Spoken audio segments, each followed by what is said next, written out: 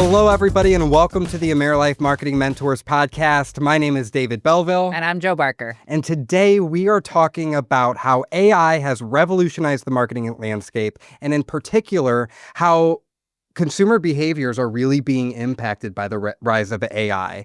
But Joe, you do this better than anybody else. Can you set the stage for us and kind of walk us through how we've got to where we are today? Yeah, absolutely. So this is and you're right, it's one of the favorite things that I love to talk about. I always like to kind of set the pace or set the tone for how we got to where we are by kind of taking a walk through history. So for this one, I'm going to take it all the way back to really when we went offline to online and really when the World Wide Web was introduced. So we're going to go all the way back to 1995. This is really when you started to see people change their behavior from going offline to online. This is when it didn't all happen right away. It wasn't all in 1995. You know, it took about 10 years for people to adapt to that. Next up, so we got used to being online and we started utilizing those message boards in those different areas. Well, next up was in 2005, we had Google hit. All of a sudden, the word "just Google it" came out. Actually, I find it funny, and I have to share this. I thought you were about to. I was going to make sure you didn't gloss over that. Yeah. So, and I just think it's funny trivia. So, in case you ever play trivia, if they ever ask you what the original name of Google was, it was Backrub.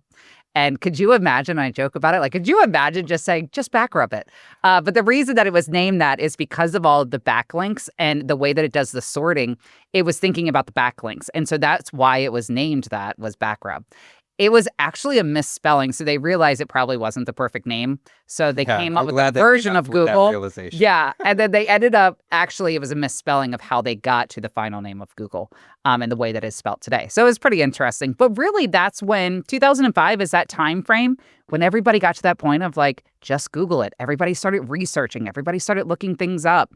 And you really started to see us get used to having to go in there and search and find things on our own. So it's reasonable to say that this is also where SEO started. 100%. Because it now, here we are all these years later, and SEO is still important. We'll get into some other strategies as well. Yes. So this is the dawn of SEO as well. Yes, absolutely. This is when everybody started to realize that keywords came into ranking. And this is when we started to realize how we could set up the websites and everything behind the scenes to be able to rank on Google. I mean, it was a joke for years that if you want your business to, or if a business is going to go under, it's probably on page 2 or below on Google, because everybody wants page 1 of Google. So we saw that major shift with the internet and then Google.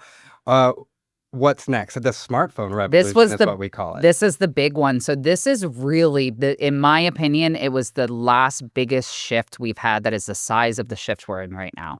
This is where you started to see people really go from desktop to mobile. Yeah. And so everything, we were constantly like able to search anything at any time. It was all in the palm of our hands. It's kind of amazing thinking back that we ever had to go to a computer and go sit down and go look it up. Because right now, we're just used to that instant access. I always think about before cell phones and smartphones, like, what if you broke down somewhere? Yeah.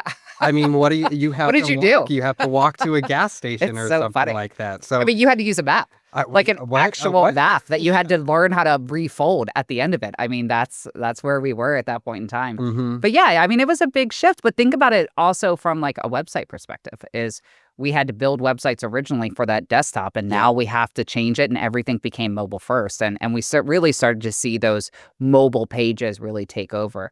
Again, that was in 2007 that the mobile phone and the iPhone and all the smartphones started to come out. Yeah. It still took many years before people got their first phones. You still had the flip phones, the BlackBerries, all of those in play back then. I was in college when I first got my first smartphone, and now you've got kids. Yeah. You've got elementary school students with them. So, I mean, that just speaks to how mainstream the smartphone has become. And where we're headed, You almost can't operate anymore without a smartphone. Like it's expected now that you have one. Right. Like if I turn off my phone for a day or two and they're like, Joe, where have you been? And it's like, oh my gosh, what a concept that I actually turned off my phone and didn't answer for a day or two.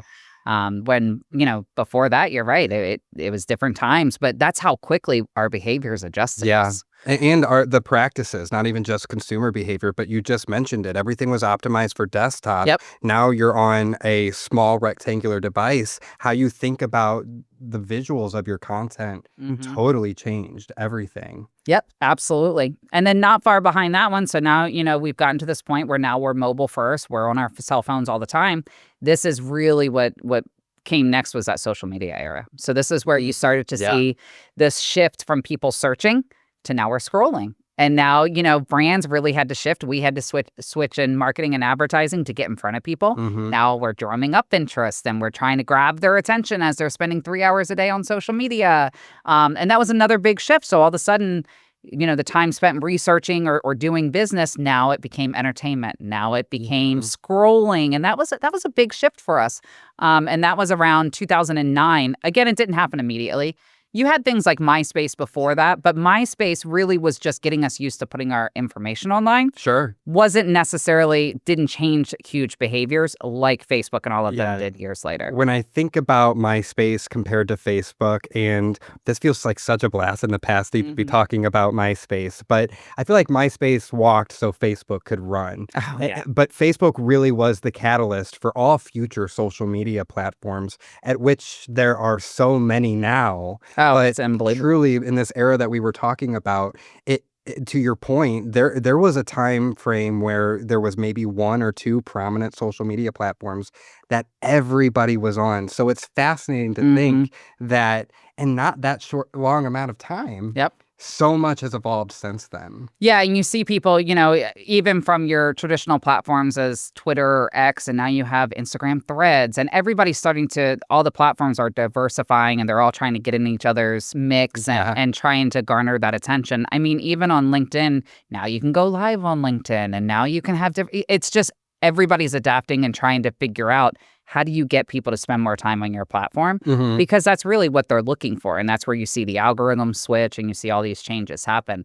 But that social media era, again, it started in about 2009, but it took a lot of years for that to get implemented. And so that was kind of that shift, though, where we started to really move into that scrolling. And really quickly before you move on, if Facebook was the catalyst as social media was just getting its footing, one of the biggest shifts in social media was around 2020, 2019, when TikTok became popularized and we were all, stuck at home during the pandemic. And so I really think of the social media era and kind of its, phase 2. It's still continuing, you feel like it's still going, it's still adapting.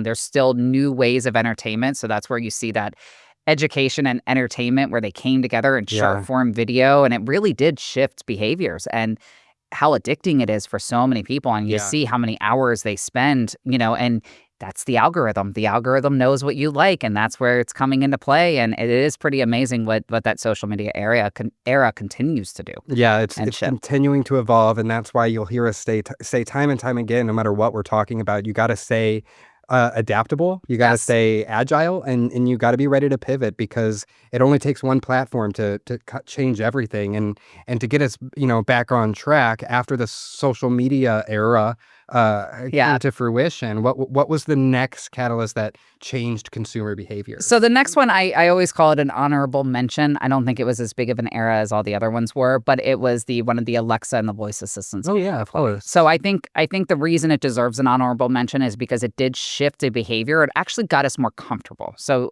it got us into more of that conversational dialogue with our devices. Sure. To where before it was keywords and it was 5 words and we weren't really having conversations with it. It was more of just transactions. We started to see that shift of us actually treating it like kind of a person. And we were like, hey, Alexa, help me out here. Hey, Siri, I need help. I tell people that on my watch. I set my Siri to be British because it makes me feel like I'm James Bond when I'm talking to it. Yeah. But you're right.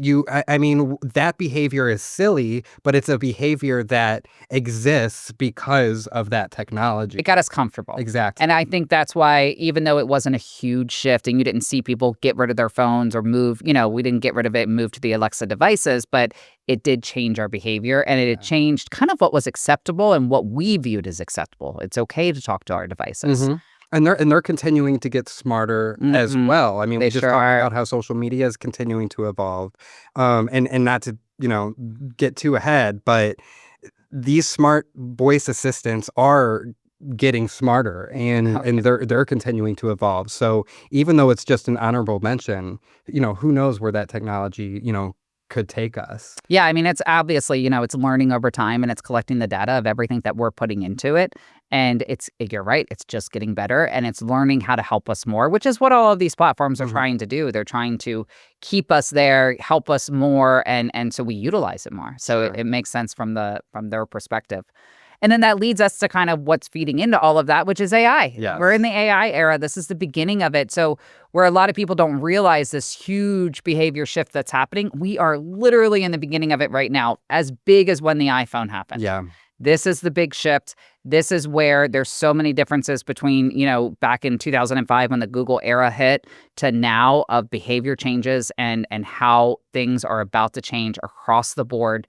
And it's pretty amazing and it's kind of fun to watch. I mean, I'm not going to lie. I look at it and I'm like, it's exciting to see what's happening. It's so exciting. The biggest word that pops into my head when I think about where we are today with marketing is opportunity. There is so much more opportunity that never would have existed for us because of our human limitations. But now we can leverage, the knowledge of the world at a moment's notice in a conversational manner, as opposed to, spending an hour doing research online, clicking through links and searching with just a few keywords, as you said. So now that we've kind of set the stage, and I have to say, it's always fascinating to hear you walk through how we got here today, because it's also fascinating to see how each layer kind of feeds into the next. And so now AI is revolutionizing the internet, our smartphones, social media, smart assistants. I mean, it's totally rocked the marketing landscape. And so what do you think is the biggest advantage for agents and advisors out there now that we're in this era specifically?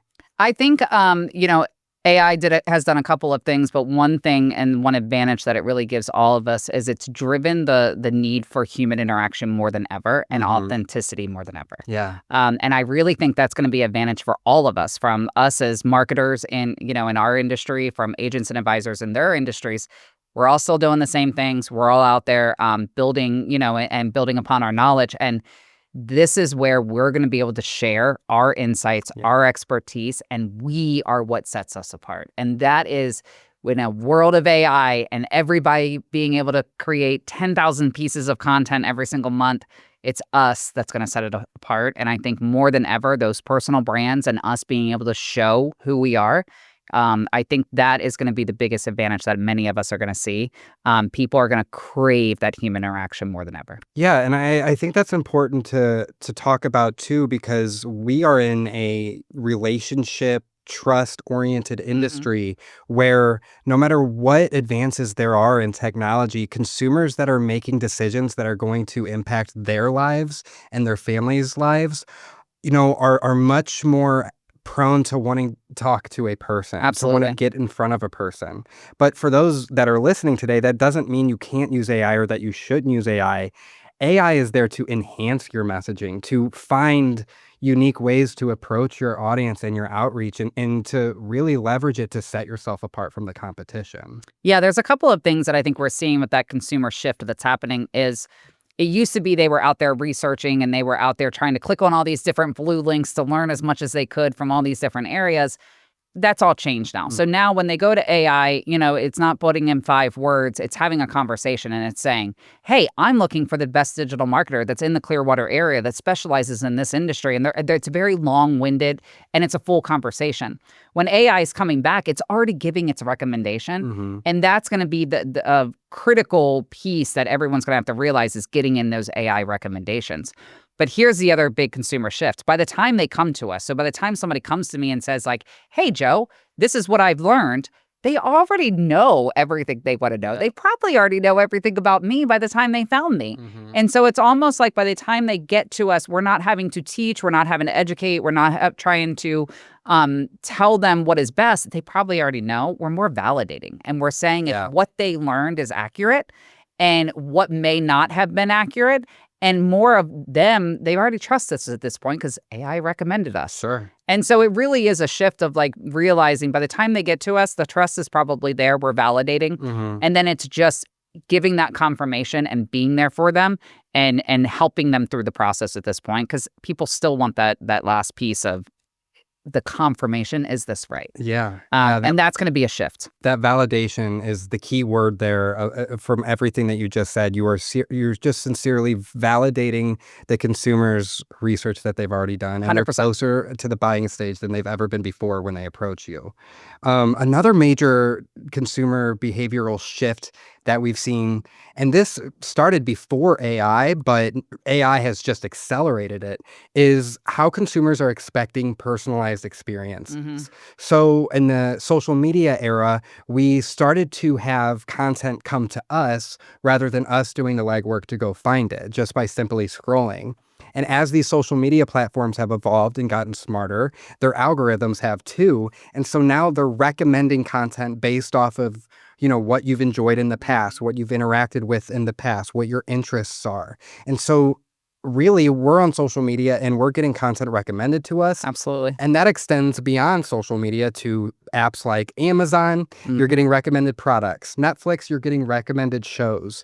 And so now the strategy with AI is to leverage it to create those personalized experiences for your audiences. And especially with AI, all of those things that we just talked about are just getting smarter and smarter because it's also leveraging Yeah, I think technology. as you bring this back to the agent and advisor perspective of what does this mean for us, it means that the expectations from the consumer is changing. So the expectation from the consumer perspective is everything is going to be customized to them. Everything is, you should know who they are. You should know what it is that they want. That is a shift that we have to realize how critical that is. So if you're blast messaging out of your CRM and you're sending an email to everybody, it's probably not going to do very well as much if it used to, because the fact is if you've already sold them something or you already have a relationship with them, you should not be interacting with them or having emails with them the same way as somebody that you have been working with for years or just met. Like that, those conversations need to be segmented. They need to be separate, and you really need to know your audience. And I think that's where it's critical to really tie that together to say, their expectation now is changing for everything to be personalized to them, including your interactions with them. Don't treat everybody the same anymore. You have to know whether I've been working with you for 10 years, 5 years, or I've never met you before and we're beginning a conversation. That's such a good point. And so audience segmentation is also a huge pillar of marketing in 2026. And AI is making it easier to define those audiences as well. I mean, having a target audience has always been important for your business and for your messaging, but now you have a way to really speak to them in that segmented fashion, and AI can really be a tool to help. So if you know that you're targeting a specific audience, you can leverage AI to scrape Reddit threads and local Facebook groups and Google consumer reviews to generate a buyer persona based off of real pain points and real objections that consumers may be facing. So it's becoming more and more important to personalize and segment, but AI is also making it much easier to do so. Yeah, the amount of tools that are out there and the amount of just information that's out there is just endless. I mean, I swear, I think it's every single day there's a new AI tool that's released that will streamline and make something more efficient for you. And so I think you're going to see over this year that we're going to begin to share some of the tools that we use and really, start to be able to teach people how to utilize a lot of this. But right now at our fingertips is just so much access to things to streamline and make us more efficient and make our jobs easier. And that word popped right back into my head as the opportunity. The opportunity ahead for us is so exciting.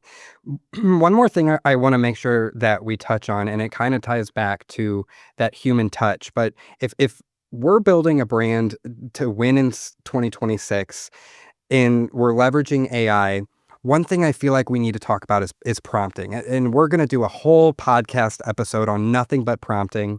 But quickly for this conversation, I want to bring it up because as consumer behaviors change, so too should marketing behaviors. Absolutely. And every marketer out there who's using AI is often using generic prompts. So you can truly set yourself apart by leveraging best practices when you're prompting. And therefore, you're not just going to blend into the background as your audience behaviorals change. Mm-hmm. You're going to set yourself apart. Yeah, and I think, you said it really well. Things are going to keep changing. This morning, I probably read 3 articles about new prompting and new ideas. That's going to keep happening. So I think it's going to be kind of in phases. Get the basics down really good. Mm-hmm. It's going to continue to evolve. We're going to get better and better. You're going to start to recognize feedback from AI tools that AI generated this. Yeah. It used to be the M dash, then now it's using a lot of this and that language. And so we're going to keep recognizing that. We're going to keep telling each other and advising of like, oh, wait, watch that. Make sure you change that. But yeah, I think as we continue, and great point, we will be coming out with a bunch of information about prompting, and I'm sure a whole podcast on it. But yeah, it's going to continue to evolve. And I think that is what keeps it really exciting, though, is nothing is stagnant right now. Everything is moving very quickly. We're all learning very quickly. We're all evolving very quickly. And that's not going to stop anytime soon. No. The one thing I will add, just going back real quick to our initial conversation, which was about the consumer behavior change, which I think is really, really important for our audiences and the industry that we're in. Even coming into 2026, the behavior shift from moving from like a Google to an AI search is only sitting around 15%, where that's a lot of people. And to put it in perspective for you, it took 7 years, I think they said, for Google to get 100 million unique users. It took AI and ChatGPT 2 months. That's mind-blowing. To give an idea of like how quickly it's happening. But still, when you put it in perspective to our agents and advisors and partners who are looking at the industry, we're still only at 15%. By the end of this year, they're looking for that to be closer to 30% of people moving from Google to AI for search and for research, basically. So I say that because while we know this consumer shift is happening, we are at the beginning stages of it, and our industry and our target audience of that 50 plus is at the back end of it. So even that 15% is sitting in younger generations, we still have time. And that is why it's a perfect time for us to be talking about this, putting it out there so nobody, can act surprised and gives everybody time to prepare over the next 2 years when you start to see that number creep closer to that 40-50%. Yeah. One thing I'm fascinated about is how AI is getting integrated into the tools that we use every day. Yeah. So it's not going to be long before you don't even have to open a specific LLM app, whether that be Copilot or Grok or Gemini or ChatGPT. It's just going to be built in natively to any tool that you're using. And you're starting to see this in a lot of different platforms, like the Microsoft Suite. You can be in a Word document and talk with Copilot simultaneously. Well, look at Google. I mean, even go to Google now. Google, you type in anything, the very first top left thing it says is AI mode. You select it, it switches you directly to that interface of an AI conversational platform. Google's doing that on purpose. Google knows it's losing market share, and it knows where it's going. So why wouldn't they prepare for it and transform their own platform to meet the consumer need? And that shows you right there how much of a shift this is happening, where Google is pivoting. Yeah. And that AI mode is front and center right now. Top left, you can't miss it. Go Google anything and you'll see it sitting there waiting to be used. Of course, there is so much more that we could be talking about, and we're going to be bringing you news, insights, trends, updates, the education that you need to be successful all year long. We'll be staying on top of all of these emerging technologies and how they're continuing to shape the marketing landscape. Joe, before we go, what's one big takeaway or final thought you might have? I think just the more that everyone can learn and just research it and realize, like, we still hear from a lot of people, oh, I'm not quite ready to use AI. Fact is you've been using it all along. You mentioned it earlier. Netflix, Amazon, all of them have AI built into it. Fraud detection on all of your bank accounts. Bank of America, when you get that text that says, hey, we detected fraud, that's all AI. Google Maps, when there's an accident and it reverts you off and says, hey, take this exit, it's faster. It's all AI. And so I think the more people can just get comfortable with it and the more they can research it and understand it, you'll get that much further ahead. And honestly, you'll really start to see how it can help you.